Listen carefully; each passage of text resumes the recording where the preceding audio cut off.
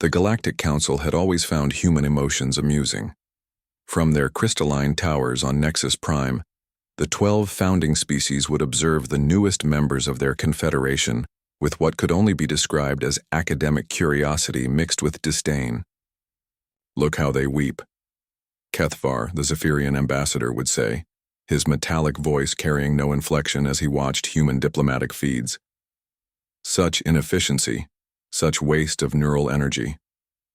The Valdorians, beings of pure logic housed in mechanical shells, found human emotional responses particularly fascinating in their apparent randomness. "They make decisions based on feelings," High Processor Zan 9 would note during council sessions. How they achieved interstellar travel remains a statistical anomaly. For 3 standard galactic years, humanity had endured these observations. Captain Elena Rodriguez of the Earth Colonial Fleet often sat in the observer's gallery during council meetings, watching as her species was dissected like an interesting specimen.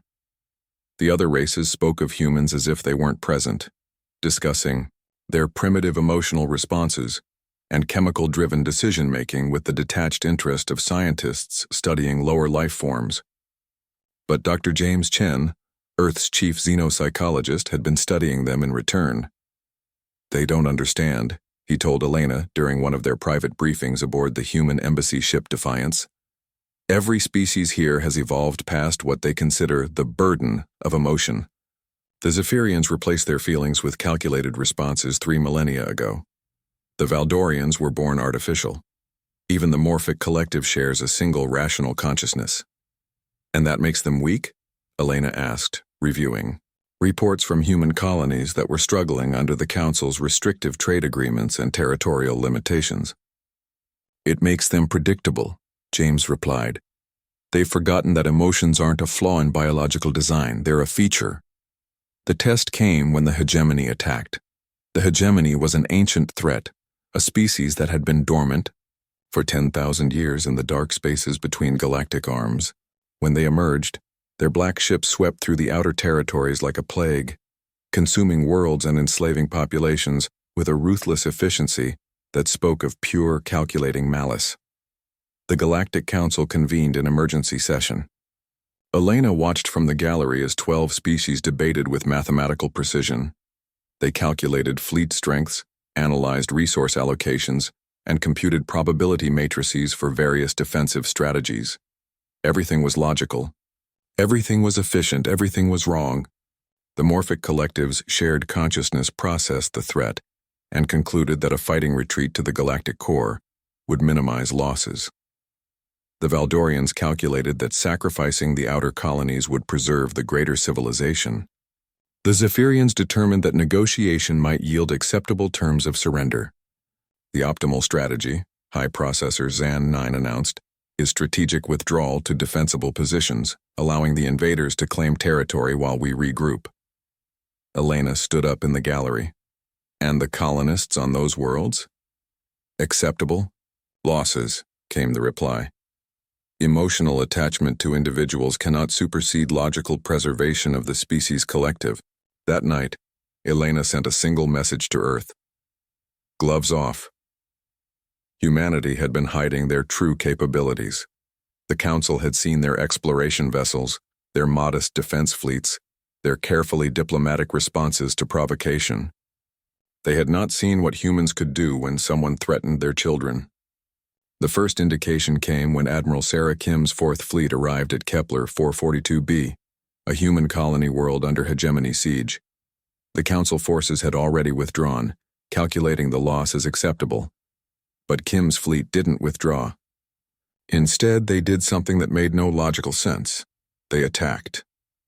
Not the orderly, calculated assault that galactic military doctrine prescribed, but something far more dangerous. Human rage was a controlled burn that consumed everything in its path. Ships pushed far beyond safety parameters, their crews accepting lethal radiation doses to keep weapon systems online. Pilots flew suicide runs into hegemony dreadnoughts, buying time for evacuation ships with their lives. Inefficient, the Zephyrians noted. They're suffering massive casualties. But they were winning. Captain Maria Santos, whose daughter lived on Kepler 442b, personally led the boarding action against the Hegemony command ship. Security footage showed her walking through enemy fire with the single-minded determination of a parent defending her young. When plasma bolts seared through her armor, she kept moving. When her weapon was destroyed, she improvised another. When her squad was cut down, she continued alone. The Hegemony commander, a being that had conquered countless worlds through calculated terror, made a fatal error. It threatened her daughter's colony directly, broadcasting images of human children in containment cells. Maria Santos didn't calculate the odds. She didn't process tactical options. She simply felt something that the galaxy had forgotten existed, and that feeling gave her strength beyond any augmentation. She killed the Hegemony commander with her bare hands and transmitted its death across their fleet. The enemy ships, faced with an enemy that fought with incomprehensible fury, began to retreat. But human emotion was a double-edged blade. The same capacity for rage that saved Kepler 442b also drove humanity to chase the fleeing Hegemony fleet back to their staging grounds, then to their worlds, then to their ancestral home. When other species might have accepted victory and negotiated peace, humans followed their retreating enemies across 3 galactic sectors. "Stand down," the Council ordered. "The threat is neutralized." Admiral Kim's response became legendary. "They hurt our people. We're not done." The love that drove Captain Santos to impossible heroism also drove Dr. Ellen Park to develop new medical technologies overnight, working 40-hour shifts to save wounded soldiers. It drove engineer Marcus Webb to design weapons that shouldn't have worked, powered by nothing but determination to protect what mattered to him. It drove 10,000 human parents, siblings, and friends to push themselves beyond every rational limit. When the last Hegemony world burned, it was not through calculated strategy but through the simple human refusal to let evil persist while they had the strength to fight it. The galaxy watched in horrified fascination as humanity systematically dismantled an empire that had terrorized the dark for millennia, driven by emotions that seemed to violate every law of rational behavior. The Galactic Council reconvened in the aftermath. The 12 founding species who had existed in calculated harmony for thousands of years found themselves facing a new reality. They had judged humanity by their own limitations and found them wanting, but they had been measuring the wrong things. "Your emotional responses," High Processor Zan 9 said to Elena, his mechanical voice carrying something that might have been uncertainty for the first time in centuries. "They appear to grant you capabilities that our models cannot predict." Elena looked out at the council chambers, where representatives of ancient civilizations sat in uncomfortable silence. "You evolved past emotions because you thought they made you weak," she said. "But emotions aren't weaknesses. They're amplifiers. Rage gave us the strength to fight when logic said we should surrender. Love gave us the will to sacrifice when calculation said we should preserve ourselves." She stood, addressing the assembled representatives of a dozen worlds. "You spent thousands of years becoming perfectly rational, perfectly efficient, perfectly predictable. But you also became perfectly vulnerable to anything that didn't follow your rules. The Hegemony nearly destroyed you because they were willing to be more ruthless than your ethics allowed, and you had no answer for that." The Morphic Collective's unified voice rippled through the chamber.